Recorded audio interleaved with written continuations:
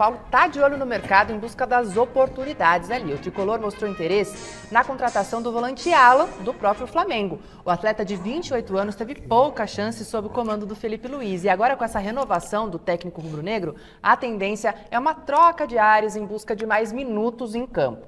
Ainda não tem uma negociação em andamento, é verdade, mas as conversas devem ser iniciadas ali após essa virada do ano. Seria uma boa para o São Paulo? Para o Hernan Crespo, que sofreu tanto com lesão aí esse ano? Tem que ver qual o Alan que chega pro São Paulo, né? Se for aquele que jogou lá no Atlético Mineiro, que começou muito bem, é uma excelente contratação. No Flamengo ele não vinha atuou só 33 vezes. Acho que o último jogo dele foi setembro, se eu não me engano. Faz muito tempo, então assim, é que o São Paulo está naquela situação que, poxa, precisa fazer alguma coisa. Como eu disse aqui na enquete, eu acho que o São Paulo é o time que mais tem que contratar pro ano que vem. Precisa reforçar esse elenco do técnico Hernan Crespo. Então o Alan, querendo ou não, é um bom nome que vem no mínimo para compor esse elenco, mas é um nome que chega para compor, mas que tem potencial para se tornar titular muito rapidamente pelo potencial que ele já apresentou. Um pouquinho no Flamengo, mas principalmente no Atlético Mineiro, Alex. Eu entendo que ele chega para brigar muito bem aí. Também acho que o São Paulo, que não tem possibilidade de fazer grandes negociações, tem que aproveitar essas situações assim, né?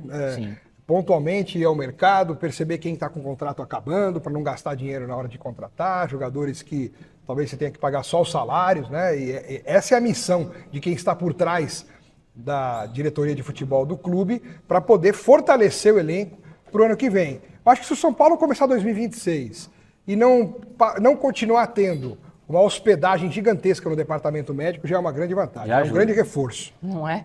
Já é, pois é, gente. A gente ainda falando aqui de mercado do São Paulo, para vocês, quais os setores que o São Paulo deveria contratar? Olha, Você, Zé, que laterais, falou. zaga, meio campo e ataque, acho que já são suficientes para fortalecer. E o goleiro tá chegando também. Mas tá só para reserva. Não, o goleiro São Paulo está bem servido. Acho que tem ali na lateral direita, dá uma olhadinha. Na lateral esquerda você tem o Enzo ali, um jogador que veio fazendo um bom papel em 2025, um cara que pode ajudar. A zaga acho que tem bons nomes também. Acho que do meio para frente tem que dar uma olhada. Do meio para frente as opções não são tantas. Você tem um Lucas que passou boa parte da temporada no departamento médico, um cara que é grande, um cara que tem história no clube, o Oscar com toda a condição dele que ele teve agora saindo do futebol. E ele? Tem tudo para sair do futebol. Não deve voltar mais. O Caleri estava machucado, vai voltar, claro, em 2026, mas assim, um cara que machucou o André Silva também. Acho que tem que dar uma olhada do meio para frente, o São Paulo precisa se fortalecer. Volante, acho que também pode dar uma olhadinha. Pode dar uma olhada ali, porque são poucas as peças. Claro. Tá certo, gente. Agora de falar sobre o São Paulo, que enfim bateu o martelo sobre a troca com o River Plate. Eu quero trazer todos os detalhes dessa operação.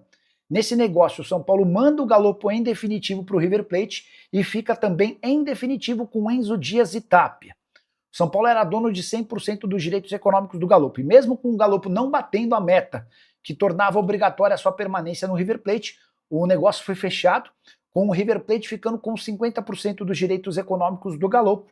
São Paulo manteve 50% de olho numa venda futura. Em relação a Enzo Dias e Tapia, o São Paulo passa a ter 60% dos direitos econômicos dos dois atletas. O Tapia, por ser mais novo, 23 anos de idade, o São Paulo fez questão de colocar uma opção de compra de mais 20% dos seus direitos econômicos. O valor já está estipulado. Só a título de comparação, vale a lembrança de que o Galopo havia sido emprestado por o River Plate numa operação de compra de 20 milhões de reais. A opção de compra do Enzo era de 11 milhões de reais, a do Tapia de 10 milhões de reais. Dá para dizer que essa troca envolvendo 3 jogadores acabou me parecendo extremamente eficiente.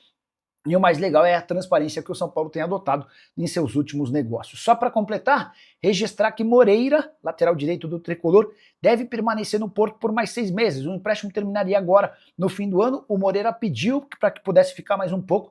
Ele teve uma série de lesões que o impediram de jogar com frequência. Atleta cuja opção de compra é de 2 milhões de euros ou 13 milhões de reais por 50% dos direitos econômicos. O Hernan atualiza do São Paulo. O Mailton saiu, né, Hernan? Saiu. Já saiu? Saiu fora.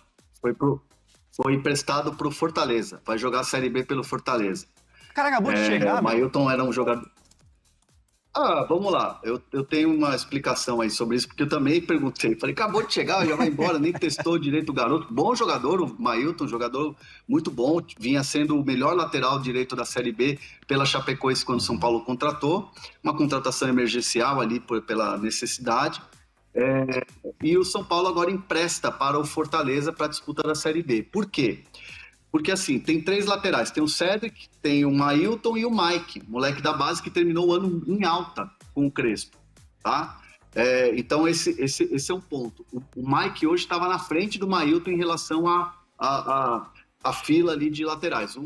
O Cedric é o titular, o Mike acaba sendo o segundo e o Mailton acabou sobrando na história. E aí o São Paulo acabou emprestando o jogador para ele não ficar parado, só treinando ali e não tendo oportunidades. Então o jogador quer jogar, acabou sendo emprestado, viu com bons olhos o Fortaleza, foi embora, tchau. Se de repente chegar alguma proposta para o Mike que já chama a atenção, o São Paulo também está se preparando para isso, ou pelo menos me disseram que está se preparando para isso.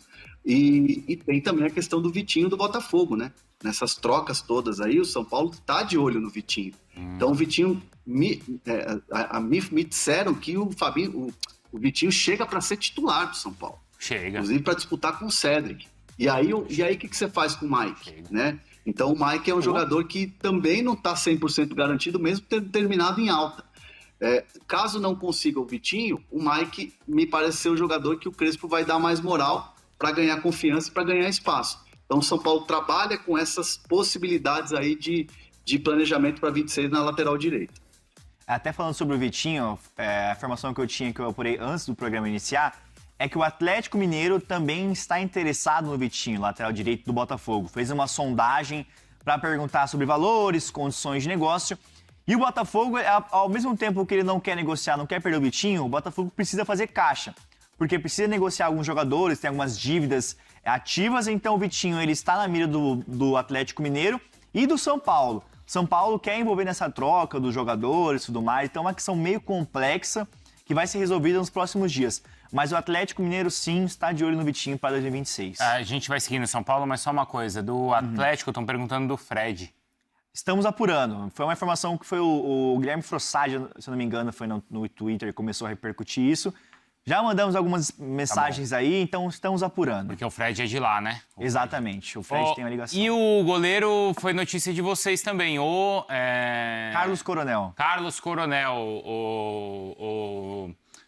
Como é que chama aquele rapaz? Eu esqueci. O Hernan. André Hernan. O Hernan. Prazer. Tanto nome, né, para chamar que às vezes você trava, né? Outro dia eu fiquei Bruno... Tô brincando, tô zoando. O Coronel, é engraçado, né? O soldado deixa o Corinthians e o São Paulo contrata o Coronel. Carlos Coronel é um jogador que assim, fez toda uma carreira fora do Brasil. Ele trabalhou aqui no Red Bull, nas franquias da Red Bull, e depois foi para a Europa. E aí da Europa ele foi para a MLS, ele estava no Red Bull New York, dos Estados Unidos. Ele tinha 4 ofertas para ficar na MLS, para trocar de clube e ficar na MLS. E tinha uma oferta árabe também.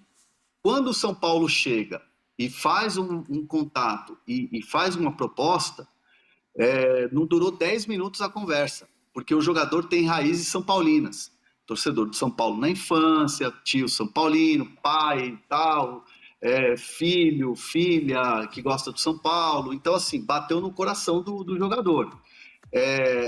Uma aposta, porque é um jogador que no primeiro momento vem para ser reserva do Rafael, porque o Yang não daria conta, e não é por causa do 6-0, tá? A avaliação é muito mais ampla em relação ao Yang. Viram que ele não teria condições de ser o reserva imediato, né? Não pelo 6-0 do Fluminense, mas pelo conjunto da obra toda. E aí foram ao mercado para buscar esse jogador.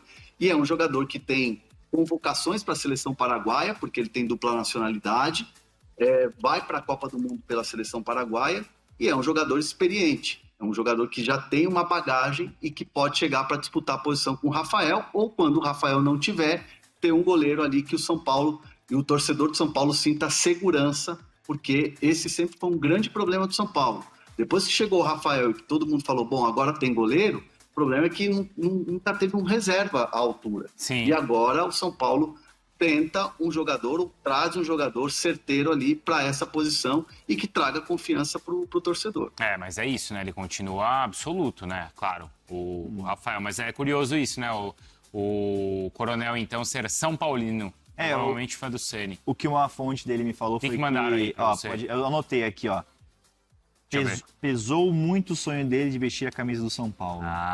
E aí, legal, né? Ter essa identificação. Pô, cara, eu acho que assim, quando você tem essa paixão de jogar pelo clube, muda muito a questão. Ele tinha propostas financeiramente melhores de outras ligas, tinha do Orlando City, tinha do futebol árabe, tinha da Europa, mas até como o Hernan falou, quando pintou a possibilidade dele ir pro São Paulo, foi muito rápida a reunião e ele já deu aceite. Então foi muito tranquilo, é um cara que tá identificado, é São Paulino. Quantos anos? Ele tem 28. 28. Mas é isso, foi muito rápido a negociação, tinha propostas melhores, mas pesou a questão de atuar pelo São Paulo.